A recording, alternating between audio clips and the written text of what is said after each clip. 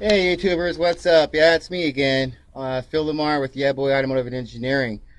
Today we're going to be working on a 2005 Mercury Mariner, and we're actually going to be doing a tune-up on it.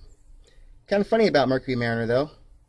The first three spark plugs they put way in the back underneath the intake manifold. Hold up, let me show you what that looks like, okay? I'll be right back. Alright, here we are on top of the engine. As you can see, we have ease of access to the ones up front. Here's number 2, number 4, and number 6. And these are like right up front of the car. Kind of funny that they put 1, 3, and 5 underneath the freaking intake manifold. What the hell was Mercury thinking? Wow, who knows? Anyways, first place to begin, of course, always undo your battery, whether you're going to undo the positive or the negative. First place to start. Second place, to make this go quick and easy for you, this is a cover plate for your throttle, which is actually the throttle, not the butterfly, but your throttle cable connection, which is right here. It's going to be a 8mm screw here on top. There'll be an 8mm screw right down here in the corner. Get those two out of the way and you're going to be good. There's an evap line coming in, which is basically the secondary PCV valve line that connects to the air breather. There's a little green tab on the side. Push that little green tab back. Pop. This line is going to pop out. Next thing you're going to do is you're going to swing down here. Again, with a screwdriver and 8mm. Get this loose. 2 clamps on top of your air breather where the filter goes. Just disconnect those. And this air breather, once you unplug your mass airflow sensor, this air breather should just pop right up and out. And there we go. That's the first place you're going to start. Hold up while I get this cover plate off, and I'll show you our next step, alright? I'll be right back. Okay, so again, like I said, it's going to be a cover for the throttle cable. And there's your cables coming in. Once that cable comes loose, this is what it's going to look like. This is what you're going to see. Here is your throttle body intake. This is another intake valve, which is kind of like an air valve. Here is your butterfly sensor. You're going to unplug these, okay? Let's get that one unplugged, and let's get this one unplugged. Sometimes they're a pain in the ass, but he should unplug for me. Let's take a look and see why not, huh?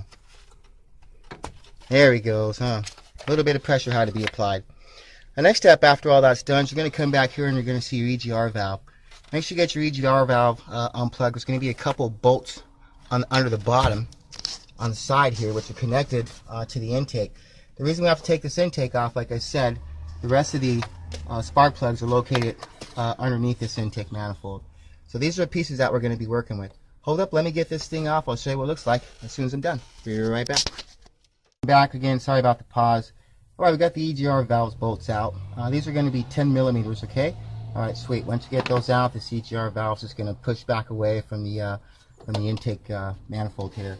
Next thing you're going to do is you're going to swing back over here. Remember we were talking earlier about the throttle body and about the cables from underneath the cover. There's going to be 3 screws in here. 1, 2, and 3 way over here. These all 3 are 8mm.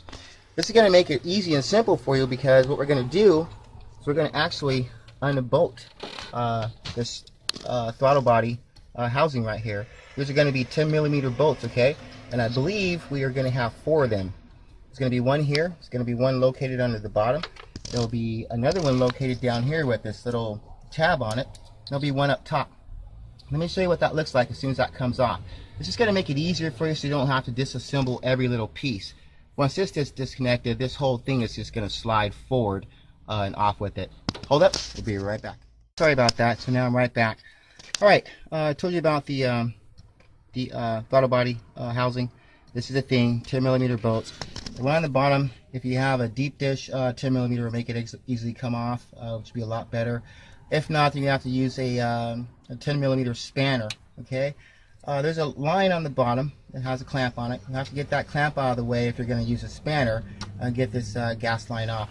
There's a secondary gas line down here as well with a clip off. It's going to have to come off. That's going to help you with ease to remove this throttle body housing. Let me show you what it looks like when this throttle body housing comes off, okay? I'll be right back. Alright guys, we're back at it. Sorry about the pause. To reiterate, those 2 lines are actually throttle body coolant lines is what they are, okay? So when you take those off, you're going to see water come out instead of gas. Remember, those are both on the bottom of the throttle body housing. All right, there's the throttle body housing right there. It's out of the way, and there's our opening, okay? I went ahead and disconnected my throttle body cables anyways, just so I could spread them apart. So put the throttle body here and set the cable lines way over there. As long as they're out of your way and you're free and clear and you have nothing imminently in your way keeping you from working, then you're going to be able to get this pretty much done quick, fast, in a hurry. Just a couple of things to disconnect. We have coming in to the back right here, which is coming from your PCV valve. This is your PCV valve hose coming into the top. The PCV valve, of course, is on the bottom. Again, it's a slip clip that you just kind of, you'll see a little button in the back, so you just push that little button down, and this thing will just pop right off. And there you go, you get it out of your way, okay? On the other side, you're going to see some electrical connections, which have some tabs on them. If you can just pop those tabs out, this electrical connection is going to have to come out of the way as well. Unfortunately, Mercury Mariner, when they made this when Mercury made this, they just hooked up so many evaporation lines and just you know, so many hoses to make this thing run. It's like, wow, you know, you think it's going to be super fuel efficient. Let's hope it is for this guy's sake.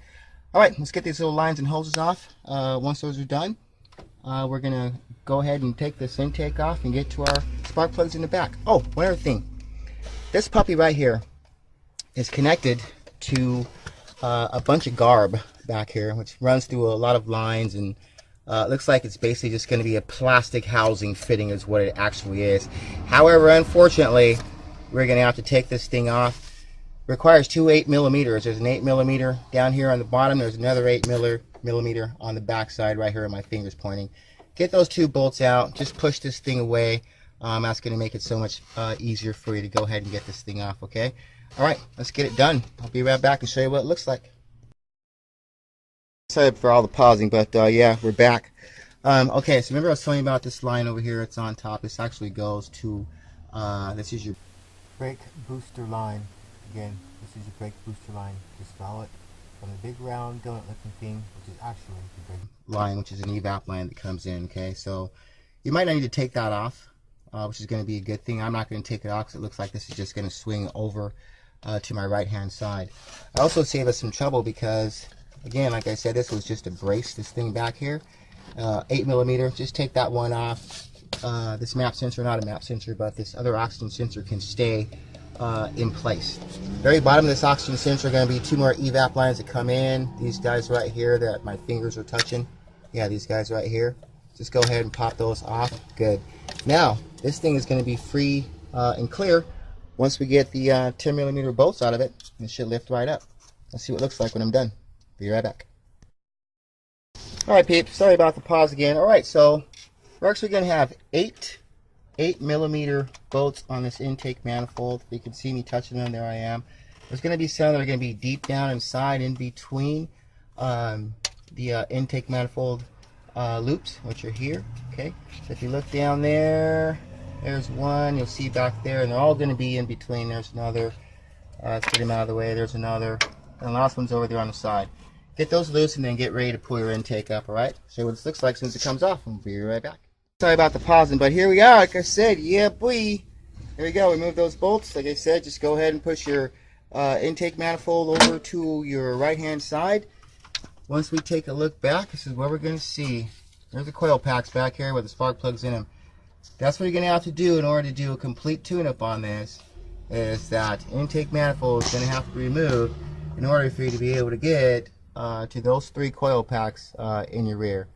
Alright, let's get those things out, get some new plugs in, get some new coil packs on, and put this puppy back together. If you want to watch the whole entire video, all you have to do is actually reverse the process. Once your coil packs and everything come out and your spark plugs go in, just, you know, replace everything. Just go ahead and set your intake manifold back down and follow the instructions. Always remember to be safe about what you're doing. Always unplug your battery like I iterated in the beginning. I always iterate safety as a first and foremost thing. I'll shoot a little bit more after we get this thing put back together before I close this video, okay? Talk to you in a minute. Bye. Hey guys, okay, one more thing before I forget. These are 8mm bolts that are holding your coil packs in, but before you actually loosen those up, go ahead and unplug your coil packs first, because if you unloosen it too much and take those screws out. Sometimes it'll be a pain in the ass to get those things unplugged, okay? Just wanted to reiterate that. So what I'm going to do is put this thing back together and show you what it looks like when it's all back together. Then we're going to close this video out. Again, I hope you like this instructional video. This is another Yeah Boy in automotive engineering YouTube video done by Phil Lamar. I'm always going to be here for you. Make sure to leave likes and comments on our page, and thanks for viewing, alright? See you guys next time. Bye now.